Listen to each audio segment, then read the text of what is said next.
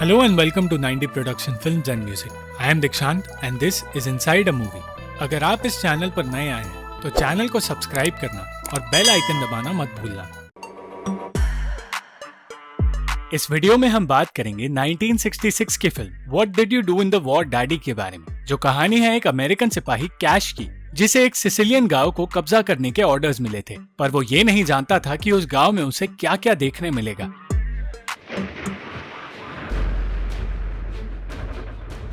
Nineteen 1943 में world war की जंग के दौरान अमेरिकन सिपाही कैप्टन कैश को बुलाया गया और बताया गया कि उसे सिसिली में मौजूद एक छोटे से गांव वलेर्नो पर कब्जा जमाना होगा। उसे बताया गया कि जिस यूनिट को उसे संभालना है उसका लेफ्टिनेंट थोड़ा सा अजीब है और शायद कैश के लिए ये काम मुश्किल हो सकता है, क्योंकि कैश एक ऐसा सिपाही है जो हर वक्त सीरियस रहता है। पर कैश ऐसा करने के लिए मान गया। जाते जाते कैश के मेजर ने कहा कि यहाँ उसे कोई उसके नाम से नहीं बुलाता और वो चाहता है कि कैश उसे मैक्स कहकर बुलाए, पर क्योंकि कैश हर वक्त ऑन ड्यूटी रहता है वो ऐसा कर नहीं पाया और मेजर मैक्स ने उसे वहाँ से जाने के लिए कह दिया। अगली सुबह कैश अपनी यूनिट कंपनी सी से मिलने गया, पर वहाँ कोई उसकी बात ही नहीं सुन रहा था। वो लोग ना तो उसे सल्यूट कर रहे थे और ना ही उनके लेफ्टिनेंट क्रिस्टियन को ये पता था कि वो एक लेफ्टिनेंट है। इस अजीब सी यूनिट को कैश ने वलेर्नो जाने की तैयारी करने के लिए कहा और वहाँ से जाने लगा, पर जाते जाते रुककर उसने कहा कि वो लोग कुछ भूल रहे हैं। वो सारे सिपाही सोचने लगे कि वो आखिर क्या भूल रहे हैं और तब क्रिस्टियन को समझ आया कि वो लोग सल्यूट करना भूल गए। अगले दिन वो पूरी यूनिट वलेर्नो की तरफ बढ़ी और वो सोचने लगे कि आखिर कब्जा किया कैसे जाए। क्रिस्टियन का कहना था कि उन्हें वलेर्नो में इटालियन सिपाहियों को सरेंडर करने का मौका देना चाहिए, पर कैश हमला करके कब्जा करना चाहता था। छिपते छिपाते वो लोग वलेर्नो में घुसे, पर वहां उन्हें कोई दिखाई नहीं दिया। पर फिर उन्हें कुछ लोगों की आवाज आई और आवाज का पीछा करते हुए वो जैसे ही एक ग्राउंड पर पहुंचे तो उन्हें पता चला कि वहां फुटबॉल खेला जा रहा है। जब अमेरिकन सिपाहियों से फुटबॉल फट गया तो वहां मौजूद इटालियन सिपाही और वलेर्नो के लोग उन पर बरसने लगे। इटालियन कैप्टन ओपो ने हालात संभाले और वलेर्नो के लोगों को उनका फुटबॉल लौटाया और फिर उसने कैश से पूछा कि वो सरेंडर करना चाहता है या नहीं। कैश को ये बात अजीब लगी और उसने कहा कि वो मर जाएगा पर सरेंडर नहीं करेगा। जवाब में ओपो ने कहा कि वो लोग हफ्तों से उनका इंतजार कर रहे हैं और वो खुद सरेंडर करना चाहते हैं। वहाँ के लोगों ने अमेरिकन सिपाहियों के लिए एक गाना तैयार किया था और कैश ये सोचकर परेशान होने लगा कि वो लोग वॉर के बीच है और इटालियंस को कोई फर्क ही नहीं पड़ रहा। ओपो ने कहा कि वो लोग कल सरेंडर करेंगे क्योंकि आज की रात इस गांव में एक फेस्टिवल होने वाला है और वो लोग शराब पीना और नाचना गाना चाहते हैं। कैश इरिटेट होने लगा और उन्हें वलेर्नो छोड़कर जाने के लिए कहने लगा। जब कैश ने फेस्टिवल के लिए मंजूरी नहीं दी तो ओपो ने उसकी तरफ एक इशारा किया, जिसे देखकर हर कोई हंसने लगा और सारे सिपाही और गांव वाले धरने पर बैठ गए।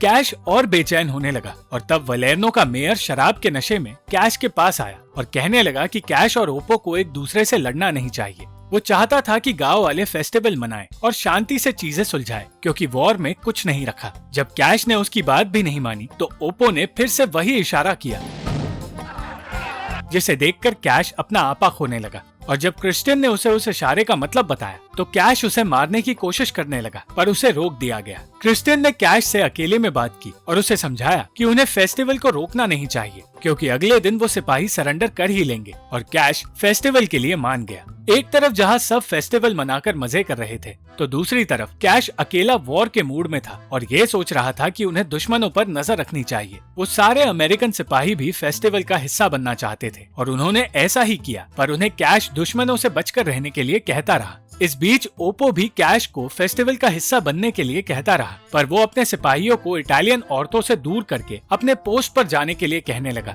वो अकेले अपने सारे सिपाहियों को संभाल कर थक गया और फिर क्रिस्टियन उसे मेयर के पास ले गया, जहाँ कैश को शराब दी गई। वो बेचैनी से पागल होता जा रहा था, पर तब वहाँ मेयर की खूबसूरत बेटी जीना आई और उसने कैश को शांत करके उसे शराब पीने के लिए कन्विंस कर लिया।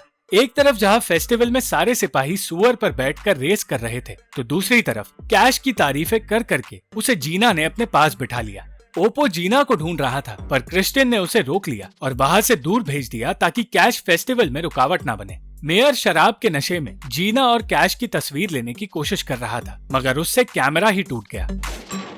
और वो कैश और जीना के बीच आ गया। कुछ वक्त बाद जीना कैश को लेकर होटल में आई, जहाँ सारे सिपाही मौजूद थे और वो सब कैश को शराब के नशे में ऊपर के कमरे में जाने की कोशिश करते हुए देखते रहे। उस वक्त रीजो नाम के सिपाही ने कैश का मजाक उड़ाया, पर शराब के नशे में कैश कुछ कर भी नहीं पाया। जीना ने वो रात कैश के पास बिताई और उसे संभालने के साथ साथ उससे बहुत सारी बातें की। कैश ने बताया कि पहले वो एक ऑफिस बॉय का काम किया करता था और चाय कॉफी बनाने का काम करता था, पर अब वो एक अच्छा कैप्टन बनने की कोशिश कर रहा है। अगली सुबह गांव के अलग अलग कोनों में अमेरिकन सिपाही और उनके हथियार पड़े हुए थे और एक भी इंसान नींद से जागने को तैयार नहीं था। पिछली रात की पार्टी का असर साफ साफ दिख रहा था और अब वॉर के बीच अमन और शांति की जीत होने लगी थी। क्रिस्टियन भी ओप्पो के साथ एक बाथरूम में सोया था कि तभी उसे एक सिपाही की आवाज आई। उस सिपाही ने क्रिस्टियन को बताया कि 1 घंटे बाद इंटेलिजेंस ऑफिसर मेजर पॉट वहां आने वाला है और ये सुनकर क्रिस्टियन डर गया, क्योंकि उन्होंने अपने सुपीरियर से ये कहा था कि वलेर्नो में एक जंग चल रही है, इसलिए वो अब तक कब्जा नहीं जमा पाए। क्रिस्टियन ने जल्द से जल्द ओप्पो को जगाया और उसे समझाया कि उन्हें एक दूसरे से जंग लड़ने का नाटक करना होगा, वरना सबकी मुश्किलें बढ़ जाएंगी। वो कैश और दूसरे सिपाहियों को लेने गया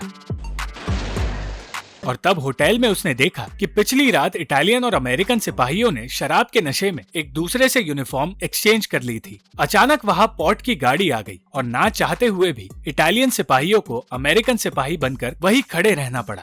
जब पॉट वहां आया तो उन सिपाहियों को देखकर कहने लगा कि लगता है इन सिपाहियों ने बहुत कुछ सहा है। जब पॉट ने एक सिपाही से उसका नाम पूछा तो वो इटालियन में कुछ कहने लगा। बात टालने के लिए क्रिस्टियन ने कहा कि जंग लड़ने से वो सिपाही इतने परेशान हो गए हैं कि एक शब्द भी उनके मुंह से ठीक से नहीं निकल पा रहा। अचानक वहां कैश शराब की बोतल लेकर आया और सीढ़ियों से गिर गया।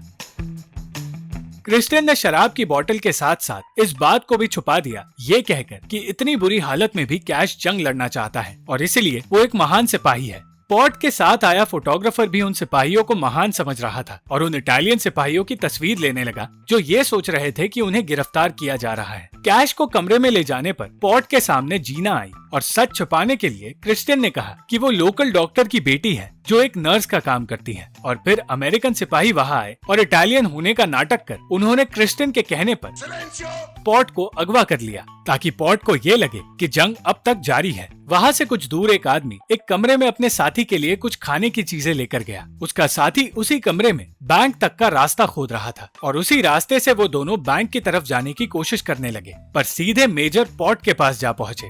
ओप्पो ने ऑफिशियली सरेंडर कर लिया था, पर जब उसने देखा कि जीना सारी रात कैश के साथ थी तो वो उस पर चिल्लाने लगा और जैसे ही जीना ने उससे ब्रेकअप किया, ओप्पो ने सरेंडर करने का फैसला बदल दिया और क्रिस्टियन को अपना दुश्मन कह दिया। वो दो चोर फिर से बैंक का रास्ता ढूंढते हुए कैटाकॉम्ब तक पहुंचे, जो एक ऐसा भूल भुलैया है जहां से कोई वापस नहीं आता, और उन चोरों का पीछा करते हुए उस कैटाकॉम्ब में मेजर पॉट गलती से आ गया। पॉट के गायब होने की बात ओप्पो को पता चली, जिसने ये बात छुपाई और क्रिस्टियन से कहा कि वो उन्हें उनका मेजर पॉटी नहीं देगा क्योंकि उन्होंने उससे जीना छीनी है। इस बात पर उन सबकी आखिरकार लड़ाई हो ही गई और उनके झगड़ों में वलेर्नो के लोगों का नुकसान होने लगा। इस लड़ाई के बारे में मेजर मैक्स को भी पता चला और जब कैश होश में आया तो उसे भी सब कुछ बता दिया गया, जिसके बाद वो परेशान हो गया। कैश अपना मानसिक संतुलन खो बैठा था, जबकि क्रिस्टियन आगे का प्लान सोच रहा था और मेयर जीना को कैश से दूर ले जाने की कोशिश कर रहा था। मैक्स की चिट्ठी उनके पास आई जिसमें लिखा था कि उन्हें लड़ते रहना होगा, और वो पढ़कर कैश उस चिट्ठी को ही खा गया। दूसरी ओर मेजर पॉट उस भूल भुलैया से निकलने का रास्ता ढूंढ रहा था। किसी तरह कैश को संभालकर ओप्पो के सामने लाया गया और ओप्पो को भी अपने सुपीरियर से लड़ते रहने के ऑर्डर्स मिले। कैश और ओप्पो फिर से एक दूसरे को चिढ़ाने लगे और तब क्रिस्टियन ने कहा कि जब तक पॉट ना मिले उन्हें अपने सुपीरियर्स को दिखाने के लिए एक नकली जंग लड़नी होगी। दूसरी ओर मेजर पॉट उस गुफा में खुद से बातें करने लगा था। जल्द ही तस्वीरों में दिखाने के लिए वो सब नकली लड़ाई करने की रिहर्सल करने लगे और उनकी मदद गांव वाले कर रहे थे। क्रिस्टियन ये सारा नाटक रच रहा था और लोगों को काबू में करने की कोशिश कर रहा था, पर गांव वालों को संभालना उसके लिए मुश्किल था। और कुछ ऐसे सिपाही भी थे जो औरतों को इम्प्रेस करने के लिए ओवर एक्टिंग भी कर रहे थे।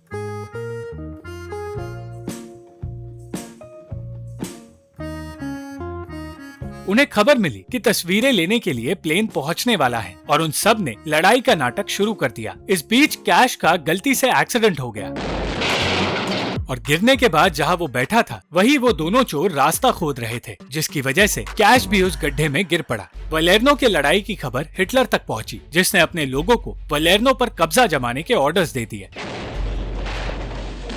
और बिना वक्त गवाए जर्मनी ने उस गांव पर कब्जा जमा लिया। इस बात से ओप्पो नाराज हो गया और जर्मन कॉलोनल को उसी इशारे से गाली देने वाला था जिस इशारे से कैश को दिया था, पर क्रिस्टियन ने उसे सही वक्त पर रोक दिया। पॉट आखिरकार बाहर आने में कामयाब हुआ, पर उसे फिर से अंदर जाना पड़ा और उसका पागलपन उस गुफा में जाकर और बढ़ गया। पॉट के ठीक ऊपर कैश और ओप्पो एक दूसरे से लड़ रहे थे और पॉट के पागलपन की वजह से कैश फिर से नीचे जा गिरा और मेजर पॉट के सामने आ पहुंचा। कैश को ढूंढते हुए जब क्रिस्टियन और ओप्पो नीचे आए तो कैश ने उन्हें पॉट के पागलपन के बारे में बताया और कहा कि इसी रास्ते से वो लोग वलेर्नो से बाहर निकल सकते हैं। कैश ओप्पो के साथ रात के अंधेरे में बाहर आया और गांव के लोकल प्रोस्टिट्यूट्स के पास गया, जहां एक जर्मन सिपाही को बेहोश कर उसके भेस में ओप्पो बाहर आया और अपने साथ कैश को एक प्रोस्टिट्यूट बनाकर लाया। उन दोनों को एक सिपाही ने देख लिया और उससे बचने के लिए वो लोग नाटक करने लगे, पर फिर उस सिपाही ने ओप्पो को हटाकर कैश को अपनी ओर खींचना शुरू किया।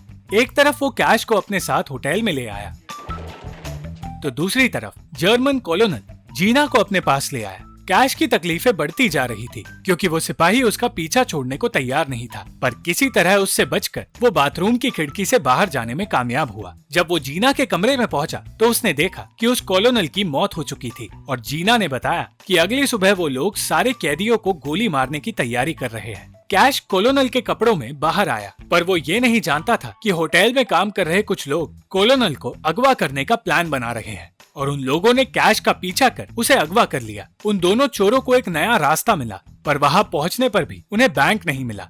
उन दोनों को तो कुछ नहीं मिला, पर जर्मन सिपाहियों को उनकी वजह से काताकॉम्ब का रास्ता मिल गया। कुछ वक्त बाद कैश को उसी जगह ले जाया गया और फिर जर्मन सिपाही भी वहां आ पहुंचे। जीना ओप्पो और क्रिस्टियन से मिली और उन्हें सारी बातें बताई और कुछ देर बाद कैश भी वहां जर्मन सिपाहियों के साथ आ पहुंचा। पहले तो उन्हें लगा कि कैश कॉलोनल है, पर फिर उसे बेहोश करने के बाद उन्हें पता चला कि वो कैश ही है। कुछ देर बाद जीना और कैश वहां से बाहर निकले और होटल तक गए, जहां एक तरफ जीना पकड़ी गई तो दूसरी तरफ जर्मन कॉलोनल की लाश को वो इटालियंस अपने साथ ले गए और उस लाश की जगह कैश बेड पर लेट गया और कैश को कॉलोनल की लाश समझकर वहां से जर्मन सिपाही अपने साथ ले गए। ओप्पो और दूसरे सिपाही जर्मन सिपाहियों को बेहोश कर उन्हें अपने कपड़े पहना रहे थे ताकि अमेरिकन और इटालियन सिपाहियों की जान बच जाए और उनकी जगह उस ग्राउंड पर जर्मन सिपाही ही बचे। कैश को कॉलोनल समझकर एक कॉफिन में डाल दिया गया और दफना दिया गया और वो तीसरी बार गड्ढे में गिरकर पॉट के सामने आ पहुंचा। एक जर्मन सिपाही जीना के साथ जबरदस्ती कर रहा था, पर फिर जीना को भी बचा लिया गया। किडनैपर्स कॉलोनल की लाश लेकर भीड़ के बीच खड़े थे, पर किसी को सच का पता नहीं चला। एक एक कर बहुत सारे जर्मन सिपाहियों को अगवा कर लिया गया और उन सबको गुफा के जरिए उस ग्राउंड पर भेजा गया जहां कैदियों को रखा था। पर उस जगह दो लोग ऐसे थे जो इस सब से अनजान थे और बैंक को ढूंढने के अपने ही प्लान में लगे हुए थे। और इस बार जब उन्होंने बॉम्ब लगाकर एक नया रास्ता बनाया तो जर्मन टैंक ही जमीन में धंस गया। आखिरकार जर्मन सिपाहियों को बंदी बना लिया गया, जिसके बाद अंत में कई हफ्तों बाद अमेरिका ने वलेर्नो पर कब्जा जमा ही लिया। मेजर मैक्स ने कैश को बताया कि उसे प्रमोशन मिलने वाला है और मैक्स को कैश ने बताया कि इटालियन सोल्जर्स अब भी यहाँ मौजूद है और वो तब तक यहाँ से नहीं जाएंगे जब तक उन्हें पार्टी करने की इजाजत ना मिले। और फिर वही खेल शुरू हुआ जो कैश के साथ खेला गया था। कैश ने अब जिंदगी को जीने का तरीका सीख लिया था और क्रिस्टियन की वजह से वो अब खुशी से वलेर्नो में वक्त बिताने लगा और जंग को पीछे छोड़कर हर एक सिपाही वलेर्नो का फेस्टिवल एंजॉय करने लगा। Thank you for watching the video. अगर आपको ये वीडियो पसंद आई तो लाइक, शेयर और कमेंट ज़रूर करना और चैनल को सब्सक्राइब करना मत भूलना।